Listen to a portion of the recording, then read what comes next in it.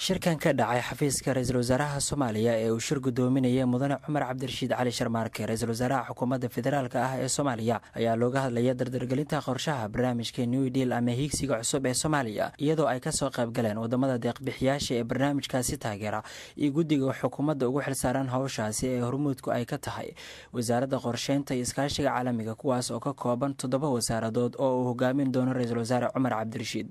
wasiirka qorsheynta iyo iskaashiga caalamiga ee xukuumadda ah ee Soomaaliya mudane Cabdiraxmaan Sheekh Yuusuf Cali Caynti ayaa warbaahinta qaranka la hadlay shirkaasi kadib markii uu dhamaaday.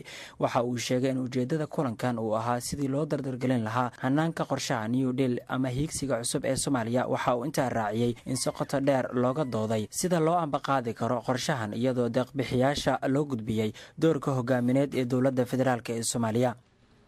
shirka maanta halkan ka dhacay wuxuu ku saabsanaa wuxuu ahaa kulan u dhaxeeyay ra-iisul wasaaraha wafdi uu hogaaminaya ama xubno ka tirsan golihiisa wasiirada oo ah 7 wasaaradood oo ay ku midaysan yihiin wasiirada ay khusayso waxaa loo yaqaano New Deal-ka oo 2 sano ku dhow ay dowladdu soo saxiixday iyo deeq-bixiyaasha caalamiga ah oo iyagana dhanka kale ee New Deal-ka taagan.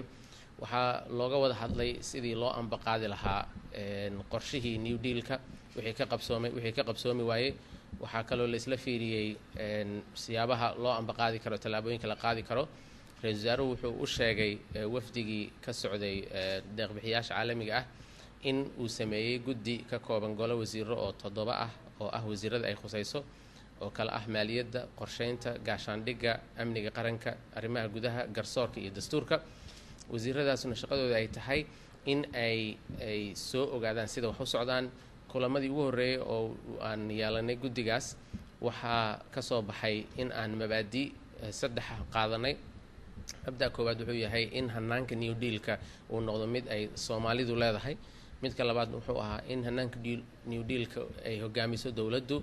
midka saddexaadna wuxuu ahaa in New Deal-ka iyo wixii la xiriiray ay dowladda xiriiriso. 3daas mabda ayaa loo gudbiyay deeq-bixiyaashu iyaguna waxay soo gudbiyeen talo iyo fariimo ku saabsan meelaha ay isleeyihiin daldalooladu waa ka jiraan. guddigeenaas 7 wasiir ah toddobaadka soo socda hawshii naloo diray ayaan sii wadi doonaa oo ah inaan ogaano meelaha culeysyadu ka taagan yihiin iyo inaan isku dayno inaan culeysyadaas wax ka qabanno. kadibna deeq-bixiyaasha waxaan u sheegnay inaan kusoo warcelin doono isla markaana aan ajende ka wada qaadan doono sida hore loogu ambaqaadi karo qorshahaas. wasiirka qorsheynta iyo iskaashiga caalamiga ee Soomaaliya Cabdiraxmaan Caynti ayaa tilmaamay in shirkan lagu go'aamiyay qabsoomidda madasha lagu saxiixo mashaariicda horumarineed ee New Deal kaas oo ka dhici doona magaalada Muqdisho 23 bishan.